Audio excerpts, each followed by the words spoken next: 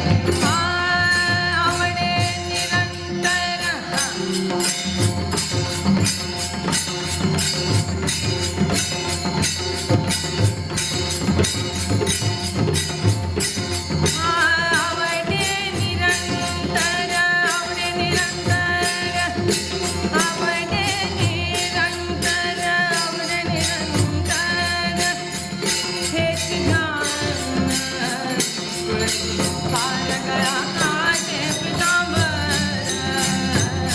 वही हार गया काटे पीतांबर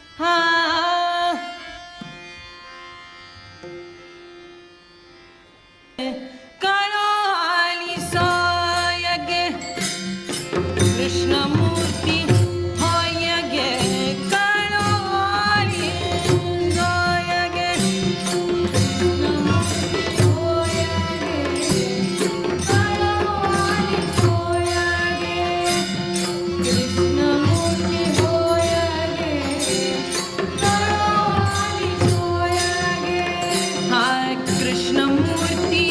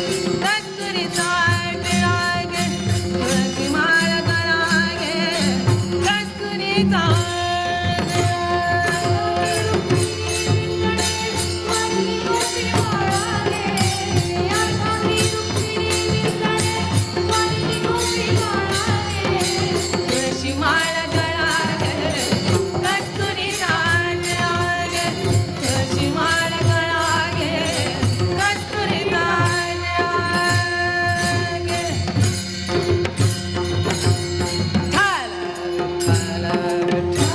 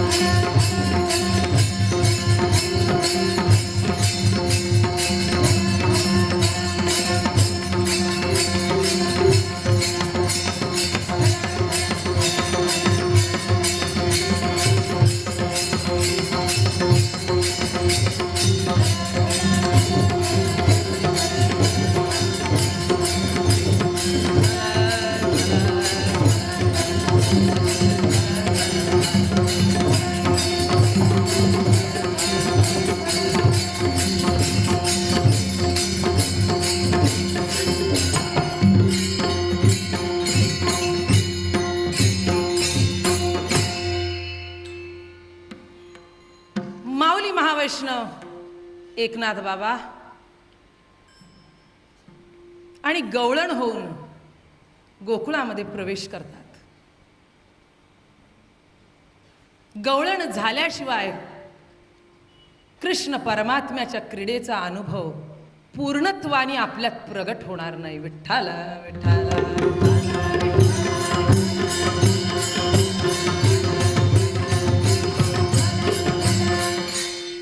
म्हणून आज एक अलौकिक उत्तम योग आहे. कीर्तनाचा योग हा नेहमीच उत्तम असतो. इतर योग अनेक येतात, पण कीर्तन प्रवचन करण्याचा आणि विशेषत्वाने ही सेवा आहे गणरायाची. काय दगडूशेठ हलवाई गणपती या ट्रस्टतर्फे जो महाराजांचा कार्यक्रम इथे दरवर्षी गेले 5-6 वर्ष मला वाटतं चालू आहे आणि अतिशय उत्तम प्रतिसाद आहे. विशेष म्हणजे हे कार्यक्रमाचं स्थळ विशेष आहे. हे एक ऑडिटोरियम आहे जिथे नाटक सिनेमा होतो, जिथे गाण्याच्या मैफिली रंगतात. ते स्टेज राहिलं नाही, आज व्यासपीठ झालं. आणि या भिंतींनी आतापर्यंत गाणी ऐकली, अनेक सूर ऐकले, पण मनाला वेधवणारे, विषयात रंगलेले, पण हरिकीर्तनासाठी आणि प्रभूत रंगलेले स्वर मला वाटतं पहिल्यांदा या ऑडिटोरियमने ऐकले असतील, नाही का? काय म्हणून मला एक मोठं कौतुक वाटतं, आनंद वाटतो की तुमच्या सर्व महावैष्णवांच्या समोर कीर्तनाची सेवा. आणि सामान्य वैष्णव नाहीत, अनेक वर्ष सातत्याने महाराजांच्या कीर्तन प्रवचनाला हजर राहणारी मुरब्बी. मुरब्बी म्हणजे काय माहिती आहे का? मुरंबा म्हणजे मुरलेलं, ज्याच्यामध्ये रस ठासून ठासून भरला गेला त्याला मुरंबा म्हणतात. तसं तुम्ही मुरब्बी श्रोते आहात हो, मला सांभाळून घ्या. आणि जणू हे वातावरण सर्व गोकुळमय होऊन गेलंय, वृंदावनमय होऊन गेलं. काय जरा डोळे मिटले की नाही? आणि महाराजांच्या प्रवचनाची आठवण करा. मी आत्ताच ऐकलं, बासरी बिसरी इतकी सुंदर सांगितली म्हणाले, म्हणून मला प्रेशरच आलं. म्हटलं बाबा तुम्ही घरी बसा, मला टेन्शन देऊ नका तिथे. आधीच म्हटलं आमची म्हणजे रोजचीच परीक्षा असते, तुमची परीक्षा नसते. म्हटलं परीक्षा आमची असते, कारण तुमच्या व्यासपीठावर आम्ही जे काही करायचं गोंधळ तो घालून दाखवायचा असतो. काय म्हणून एक मोठं कौतुक आहे. एक सद्गुरूचं नातं आहे, एक वडिलाचं नातं आहे, आणि तसं मोकळीकीचं नातं आहे. म्हटलं विश्रांती घ्या 2 महिने, तेही बिचारे खूप थकले. आणि असं तयार व्यासपीठ माझ्याकडे आहे हो. तयार करायलाही वेळ लावतो. लक्षात घ्या, मर्सिडीज घेणं फार सोपं असतं. एखाद्याच्या नशिबात येतं मर्सिडीज घेणं, पण ती सांभाळणं अतिशय अवघड असतं. त्याचा रोजचा खर्च जो असतो की नाही, तो खिशाला परवडावा लागतो. तसं सर्वांना वाटतं ह्या भगवतीचं नशीब काय थोरच आहे, त्याच्याबद्दल प्रश्न नाही, पण हे राबवून इथे उभं राहून दाखवा. पण प्रत्येकाच्या नजरेत जी अपेक्षा आहे ना, की त्याची पूर्तता माझ्याकडनं व्हावी लागते. पण तशी मी डरणारी नाही. काय वाघाचा बछडा आहे. काय म्हणून थोडीशी धाकधूक वाटते, कारण वातावरण वेगळं आहे. काय श्रोते तेच आहेत, पण एक वातावरण निर्मिती जी असते की नाही स्थानाची सुद्धा, ती वेगळी असते. म्हणून मी जराशी बघतच राहिले, म्हटलं अरे थोडंसं वेगळं दिसतंय काय. पण एकंदर लक्षात घ्या, आनंद आहे. कारण कृष्ण चरित्र या भिंतींनी महिनाभर नाही, 2 महिने ऐकलं, मागच्या वर्षी आणि या. म्हणून इथे एक वातावरण तयार झालं काय. आणि ते वातावरण तुमच्यापर्यंत आत पोचावं लागतं, भिनावं लागतं, तेव्हाच कृष्णाचा आस्वाद खऱ्या अर्थाने आम्ही घेऊ शकतो. म्हणून काय अभंग आहे, मलाही माहिती नव्हतं त्यांनी काय घेतलंय. पण नेहमीच असं होतं की त्यांना माहिती नसतं मी काय बोललेन, मला माहिती नसतं त्यांनी काय बोललं. पण अशी काही एक सांगड जुळून गेली की कुठेतरी बरोबर लिंक सापडते. तर हीच साक्ष आहे एक परंपरेची, एक विचारसरणीची. म्हणून मला म्हणाले काय अभंग घेणार आहेस. खरं सांगू का, मी सुद्धा खूप कार्यक्रम केले 1-2-4 दिवस मागे. आणि मी ठरवलं होतं, मला वाटलं दुसरं काहीतरी घेतलं असेल म्हणून दुसरा एक अभंग नामपर मी ठरवला होता. पण घरी आले आणि मला म्हणाले काय म्हणणार आहेस, काय घेणार आहेस. म्हटलं खरं सांगू का पप्पा, मला कळतच नाही काय घ्यावं. आणि मग मला फटकन तोंडातून निघून गेलं, कृष्णमूर्ती होय गे कळो आलीस होय गे. घेऊ का हो, म्हणजे 2:30-3ला आम्ही ठरवलं. म्हटलं काय घ्यावं पप्पा. म्हटलं हे घेते. मला म्हटलं हरकत नाही, आम्ही रोज तोच घेतोय. हर्र म्हटलं आता अजून भानगड झाली. आमची नशीबच असं आहे. अहो त्यांनी बोललेल्या अभंगावर परत बोलणं हे कुठला शिष्य करतो मला इथे सांगून दाखवा. तसा एकदा मुरब्बी गायक आहे, हां म्हणजे भीमसेन जोशी आहेत म्हणा, कुमार गंधर्व होऊन गेले ते म्हणा. आता परवा आपला कार्यक्रम इथे झाला, शिवकुमार शर्मा, आणि त्याच्या मुलांनी तोच राग वाजवून दाखवावा. म्हणजे किती परीक्षा असते हो. पण माझ्या नशिबाला नेहमी हेच आलं. कुठलेही दौरे असले की नाही, 3 कार्यक्रम 5 कार्यक्रम, मग 3 असतील तर 1 माझ्याकडे, 2 त्यांच्याकडे, 5 असतील तर 2 माझ्याकडे, 3 त्यांच्याकडे. आणि मग करायचं काय, ते डिक्लेअर करतात उद्या ह्याच अभंगावर माझी मुलगी करेल. काय पहिल्यांदा मी घाबरायची, मी म्हणली नाही, मी म्हणायची नाही नाही मला पाहिजे त्याच्यावर मी करणार. पण नंतर हळूहळू आत्मविश्वास वाढत गेला त्यांच्याच कृपेने. आणि आता असं होतं की त्यांनी जे करावं तेच मी करावं. म्हणून आज ठीक आहे, ते नसले तरी इथे आहेत हे माझी खात्री आहे. काय ते जरी घरी बसले असतील तरी गुरु जसे आहेत तसे बापाचं अंतःकरण जे आहे की नाही ते तिथे हरिपाठ म्हणत बसलं असणार. काय म्हणून आनंदाची गोष्ट आहे. कृष्णमूर्ती होय गे कळो आली सोय गे, प्राणाचाही प्राण पाहता सुख सांगो काय गे. तुळशीमाळ गळा गे कस्तुरी टाटिळा गे, अर्धांगी रुक्मिणी विंजणे वारिती गोपी बाळा गे. हा अभंग एक आगळं वेगळं जीवनाला आपल्या एक आधार देऊन जातो. कृष्ण मूर्ती होय गे, पहिल्यांदा कृष्ण मूर्ती घडून समोर यावी लागते. काय परमात्म्याचं वर्णन करताना असं केलं गेलं तो निर्गुण निराकार आहे. अज्जय अव्यय पेंदाय निकवडाय अचक्षुय आचरण आहे. त्याला नाक नाही, त्याला डोळे नाही, त्याला कान नाही, त्याला हात नाही, त्याला पाय नाही, त्याला नाम नाही. पण मग त्या निर्गुण निराकार परमात्म्यामध्ये एक 2 गोष्टी होत्या. एक स्वतःची स्वसंवेद्य आवड,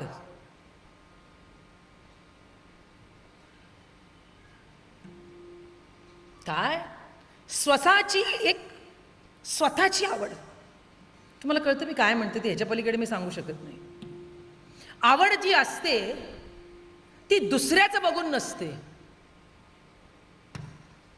काय मी आता स्टेजवर उभी आहे, काय माझी साडी बघितली किंवा कुणाचं काय बघितलं, मग तुम्हाला वाटलं आपल्याला अशी पाहिजे. ही स्वनिर्मित आवड नाही. इथे तुलनात्मक आवड आहे. त्याला पाहिजे म्हणून मला पाहिजे, त्याच्याकडचं बघून दिसलं म्हणून मला पाहिजे, नाही असं नको, मला वाटलं म्हणून. तसं तो परमात्मा निर्गुण निराकार, त्याला स्वतःमध्ये सगुण होण्याची इच्छा निर्माण झाली. काय झालं, सगुण परमात्मा होऊन, रूप घेऊन, सौंदर्य घेऊन प्रगट होण्याची इच्छा त्याच्यामध्ये झाली. काय? आपुलीच आवडी धरोनी खेळिया, आपणा ते व्याले रे, अरूप होते से रूपाशी आली, जीव शिव नाम फावले रे. काय? आपुलीच आवडी धरोनी खेळिया, आपुलीच आवडी धरोनी खेळिया, आपणा ते व्याले रे, आपणा ते व्याले रे,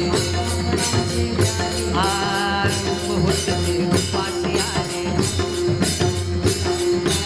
रूप होते ते रूपाशी आले, जीव शिवनाम फावले रे, जीव शिवनाम फावले रे. ऐक खेळ्या तुझं सांगतो ऐसे जाणून खेळ खेळ, ऐक खेळ्या तुझं सांगतो ऐसे जाणून खेळ खेळ, खेळ्या तुझं सांगतो ऐसे जाणून खेळ खेळ, ऐक खेळ्या तुझं सांगतो ऐसे जाणून खेळ खेळ. लक्षात आलं का? आपुलीच आवडी. बरं झालं प्रमाण आलं, आठवलं बरोबर. आपुलीच आवडी. काय? घरात आई पुरणपोळी करते. काय हो आज पुरणपोळी का केली? अहो काही नाही ना, मला ना खूप करायला आवडते. हे आईपणाचं लक्षण नाही, हे बाईपणाचं लक्षण आहे. दुसऱ्या घरात काय करता बाई? काय नाही हो खीर करते. काय सांगू, माझ्या मुलाला इतकी आवडते. खरं सांगू का, आमच्या यांना आवडत नाही, पण माझ्या पोराला इतकी आवडते ना. आज ना हे नेमके बाहेर गेले म्हणून ठरवलं कधी नाही ते त्या मुलाला करून घालावी. आपुलीच आवडी. तसं त्या मुलाची आवड, आपली आवड ती तिची आवड, आणि मुलासाठी इथे देवाच्या दोन आहेत. स्वतःची तर आवडच आहे, आणि असं इथे झालं की दोघांची आवड आहे. यांनाही आवडतं आणि मुलालाही आवडतं. तसं जगत हे तुमच्या आमच्या आणि देवाच्या आवडीचा खेळ आहे. सर्वांची आवड आहे व्यक्त होणं. माझ्या जे काही आहे ते व्यक्त होण्याची वाट बघतं. तुमच्या जे काही आहे ते व्यक्त होण्याची वाट बघतं. तोपर्यंत रस्ता अपूर्ण आहे, लक्षात घ्या. आणि जर का ते अव्यक्त राहिलं, दाबून राहिलं, तर कुठल्या ना कुठल्या प्रकारे ते वर येतं. त्यामुळे कुठेतरी मोकळी व्हायला वाट लागते, नाहीतर वाट लागते. काय निर्गुण निराकार ब्रह्म होतं, ते वाट बघत होतं. त्याला वाट शोधत होतं ते ब्रह्म. कसं होऊ, काय कसं प्रगट होऊ. आणि मग अचानक ती प्रगट झालं. काय? पै मूर्तीचे निमेले, मी मूर्तची होऊनी खेळे, परी अमूर्तपण न मिळे दादुले आचे. म्हणून ते व्यक्त झालं दशावतार रूपानी. मत्स्य कूर्म वराह नारसिंह, परशुराम वामन, राम कृष्ण आणि हरी. शेवटचा अवतार अजून बाकी आहे. काय असा प्रगट झाला. मग तुम्ही म्हणाल अनेक रूपांनी का प्रगट झाला? कृष्ण पूर्ण आहे, डायरेक्ट कृष्ण व्हायचं नाही, तसं होत नसतं. कोण जन्माला आलं? काय झालं? मुलीला दिवस गेले कळलं होतं. काय झालं? काय सांगावं, मुलगी झाली हो, मुलगा झाला. अरे काय झालं तुम्हाला? मुलगी काय वाईट आहे का? विठ्ठल विठ्ठल.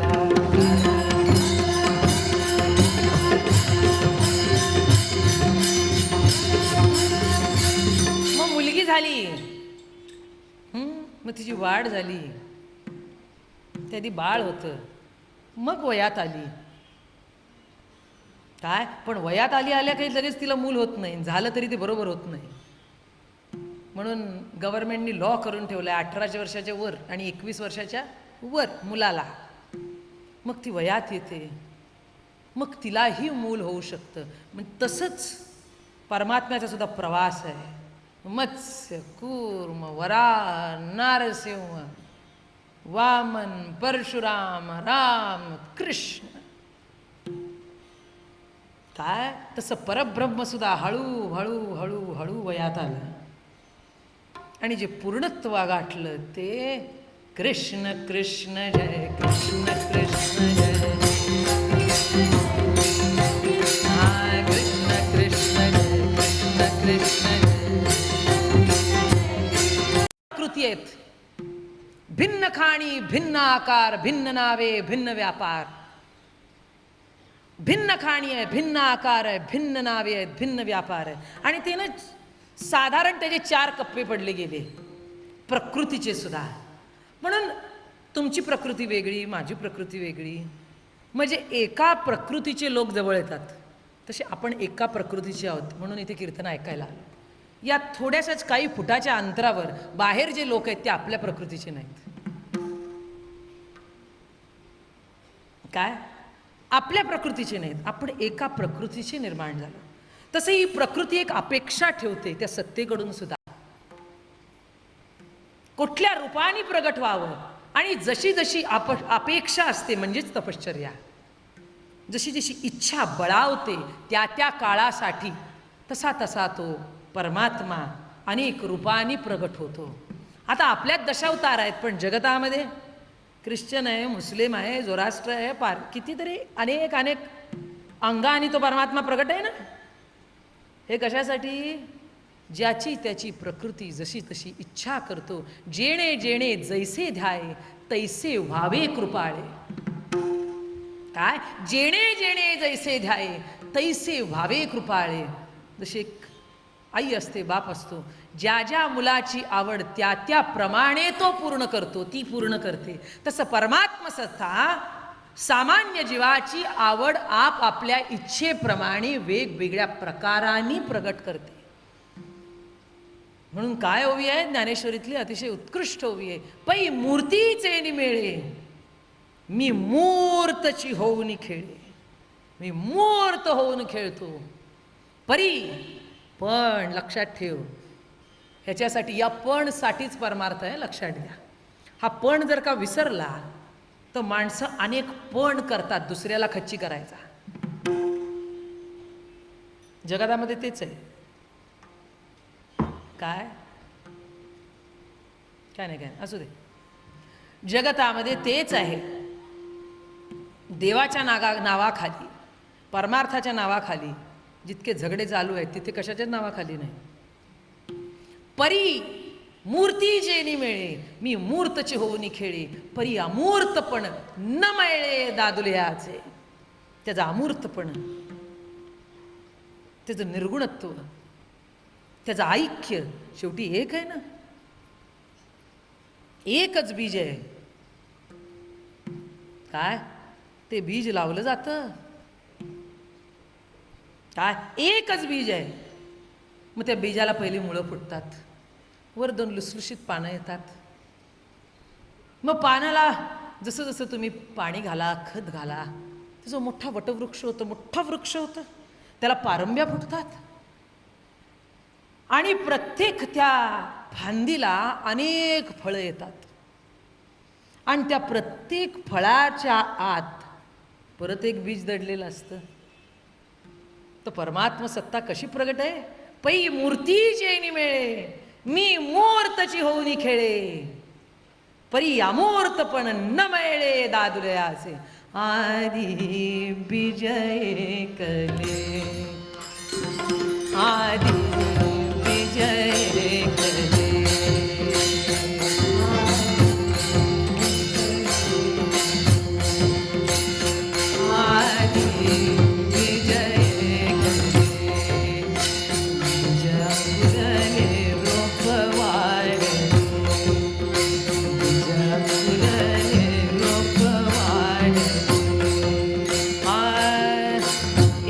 बीजा पोटी तरु कोटी कोटी जन्म घेती सुमने बळे. आदि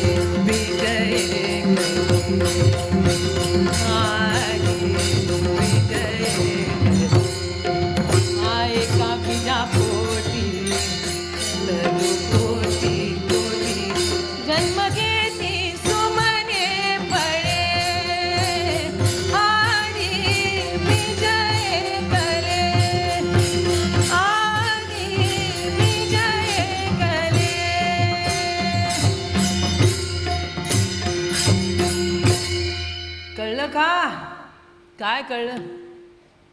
स्वर स्वर. हा, काय कळलं? कृष्णमूर्ती होय गे, कळो आली सोय गे. कृष्णमूर्ती होय गे, कळो आली सोय गे. मुरब्बी श्रोते असाल तर अर्थ कळे. कृष्णमूर्ती होय गे, कळो आली सोय गे. प्राणाचाही प्राण पाहता सुख सांगतो काय गे. प्राणाचाही प्राण पाहता सुख सांगतो काय गे. तुळशी माळ गळाळ गे, कस्तुरी गळाळ गे. तुळशी माळ गळाळ गे, कस्तुरी गळाळ सुख सांगू काय गे. प्राणाचाही प्राण पाहता सुख सांगू काय गे. तुळशी माळ गळाळ गे, कस्तुरी गळाळ गे. तुळशी माळ गळाळ गे, कस्तुरी गळाळ गे.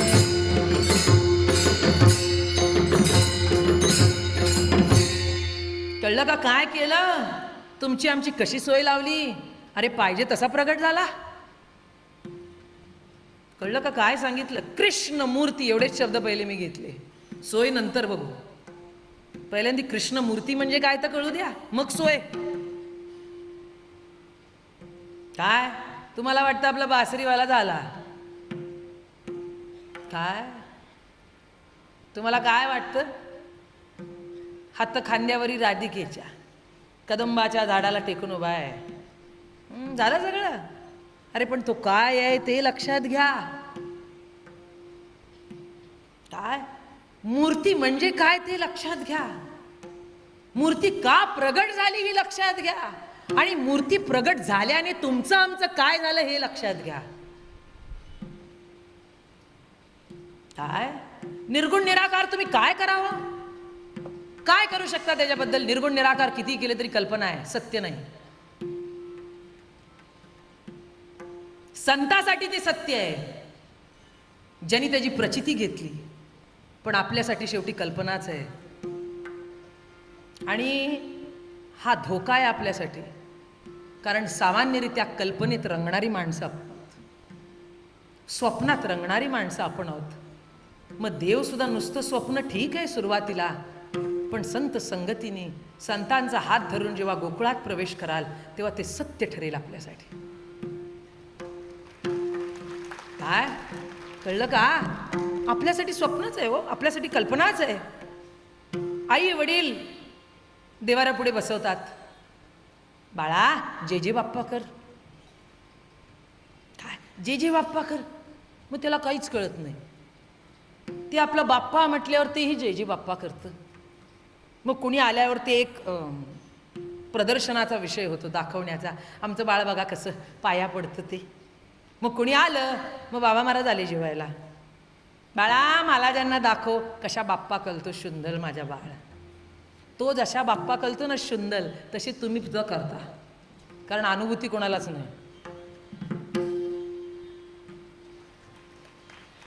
कळलं? म्हणून मी नेहमी सांगते, चाइल्ड सायकॉलॉजी आणि ह्युमन सायकॉलॉजी हे दोन विषय वेगळे केले गेले, वास्तविक ते एकच आहेत. मूल आणि आपण काही वेगळं नाही. परमार्थिक क्षेत्रात, परमार्थिक क्षेत्रातले आपण सुद्धा मुलंच आहोत. त्या परमात्म सत्तेची त्याच्या मांडीवर लोळतो एवढंच. काय जसं मूल आपल्या मांडीवर लोळतं, तसं आपण परमात्म सत्तेच्या गादीवर लोळतोय, मांडीवर लोळतोय. पण आपल्याला कळत नाही. आपल्याला वाटतं आपण फार मोठे झालो. कुठे 2 बुकं शिकली की आपल्याला वाटतं शिंग फुटली, आपल्याला सगळंच कळलं. पण एक लक्षात घ्या, जसं जसं आयुष्य पुढे जातं ना, तसं एकच लक्षात येतं की आपल्याला काही कळलं नाही. आणि हे ज्याला कळलं तोच शाणा.